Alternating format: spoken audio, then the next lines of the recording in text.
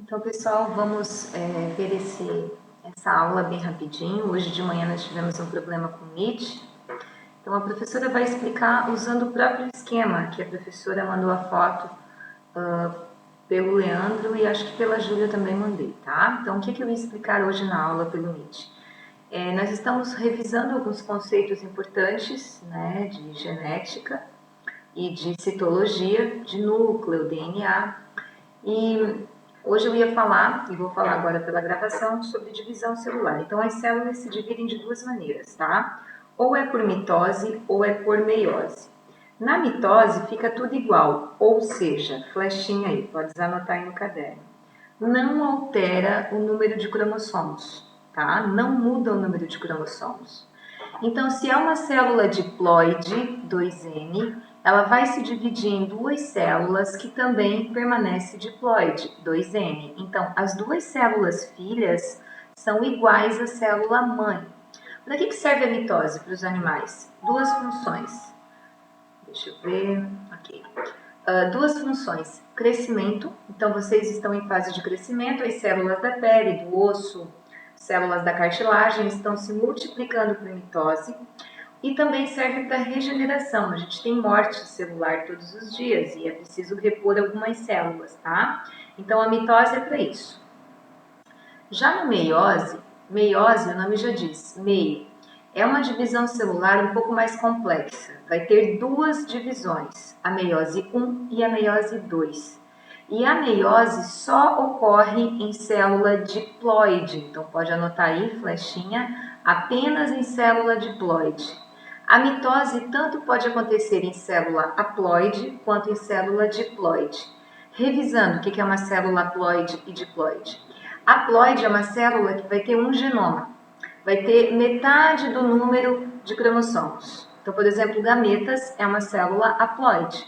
O total na espécie humana é 46 cromossomos em cada célula, gameta tem metade, 23.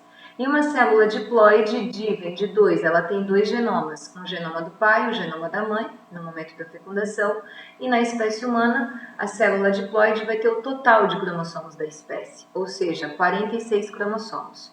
Mas voltando aqui para o esquema, para que serve a meiose nos animais? Para formar gametas, espermatozoide no macho, que ocorre lá nas células dos testículos, que vão fazer meiose para formar espermatozoide, e ocorre nos ovários da fêmea, da mulher também, onde tem células lá que vão fazer meiose e originar o óvulo. Então, dá uma olhada aqui no esquema. A célula mãe, que vai ser sempre diploide, ela vai fazer a primeira divisão, que é a meiose 1, e vai formar duas células, ó. E cada uma dessas células vai fazer a meiose 2 e vai formar mais duas células. Então, no final da meiose, você tem 4 células haploides, 4 células filhas haploides que vão ter metade do número de cromossomo da célula mãe.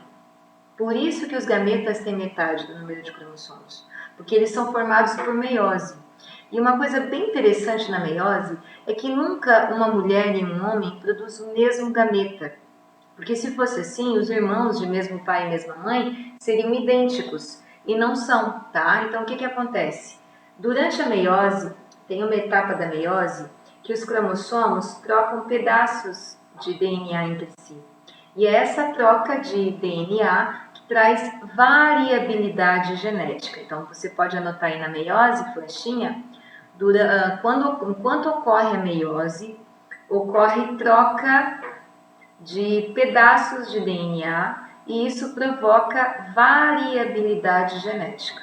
Então, nunca é formado dois gametas iguais, tá? Isso é importante para a biologia. Mais um conceito que eu ia trabalhar hoje no presencial, e vai ser agora na videoaula, são os cromossomos homólogos. Circula homo, homo vem do grego, quer dizer igual. Então, são cromossomos iguais, têm o mesmo tamanho, o mesmo tipo, tá bom? Então, vejam, esse par aqui, claro que eu fiz o desenho rapidamente agora, mas eles são homólogos, eles têm o mesmo tamanho. Esse par de cromossomos aqui não são homólogos, vejam que os braços de cima têm tamanhos diferentes, então essa é uma parte não homóloga, não é igual.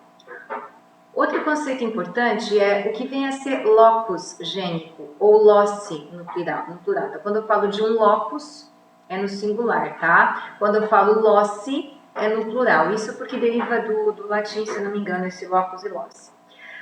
O que acontece? O que é o locus gênico? É o lugar ocupado pelo gene no cromossomo, é onde está o gene. Ah, professora, mas o que é gene? Vamos lembrar da aula passada. Aqui você tem o DNA e cada segmento, cada pedaço desse DNA é um gene. Então vai ter gene para a cor da pele, cor dos olhos, para determinada produção de hormônio, determinada produção de enzima. Já fizeram um mapeamento do nosso genoma, dos nossos genes. Então já tem identificado certos genes, inclusive relacionados aí com algumas doenças, como alguns tipos de cânceres, tá? Então, o locus gênico é o lugar ocupado pelo gene. Então, aqui, ó, deixa eu voltar aqui. Aqui eu tenho um locus, aqui eu tenho outro locus, aqui eu tenho outro locus, aqui eu tenho outro locus. Tanto eu posso representar o cromossomo assim, como eu posso representar assim, tá bom? O que são genes alelos? Ocupam o mesmo locus nos cromossomos homólogos. Agora eu já estou juntando dois conceitos num terceiro conceito. Então, olha só, esse gene é alelo desse. Por quê? Porque os dois estão no mesmo lugar, do mesmo tipo de cromossomo. Esse gene não é alelo desse. Por quê? Porque eles estão em lugares diferentes. Tá? Então, para ser um gene alelo, tem que ocupar o mesmo lugar, o mesmo locus, no mesmo tipo de cromossomo, cromossomos homólogos. Outro conceito importante é cromossomos autossomos. Os cromossomos autossomos, eles ocorrem nos homens e nas mulheres e determinam características gerais, tá? Nós temos um cariótipo, um total de cromossomos, de 46 cromossomos por núcleo em cada célula. Dos 46 cromossomos, 44 é do tipo autossomo. Então, os geneticistas, quando vão estudar o cromossomo de uma pessoa, eles coletam sangue, batem foto do núcleo de uma célula específica do sangue, e aí eles vão organizar os cromossomos em pares, do par 1 até o par 23. Do par 1 até o par 22 são os cromossomos autossomos, dando um total de 44 cromossomos. O último par é chamado de par sexual, é o par 23. Esse último par, se ficar dois cromossomos de mesmo tamanho, é XX. É sexo feminino, biologicamente falando. Se ficar dois cromossomos de tamanhos diferentes, é XY. Então, biologicamente falando, vai ser sexo masculino. Então, nós temos 44 cromossomos autossomos, que não tem a ver com características sexuais específicas, e nós temos dois cromossomos sexuais, que vai ser o X e o Y, que vão determinar características específicas do sexo, tá? Era essa a nossa aula de hoje. Se precisar, vocês voltem, revejam alguma explicação, façam anotações no caderno e próxima aula a gente prossegue, tá bom, queridos? Era isso. Deixa eu finalizar aqui. Fechando. Beijos.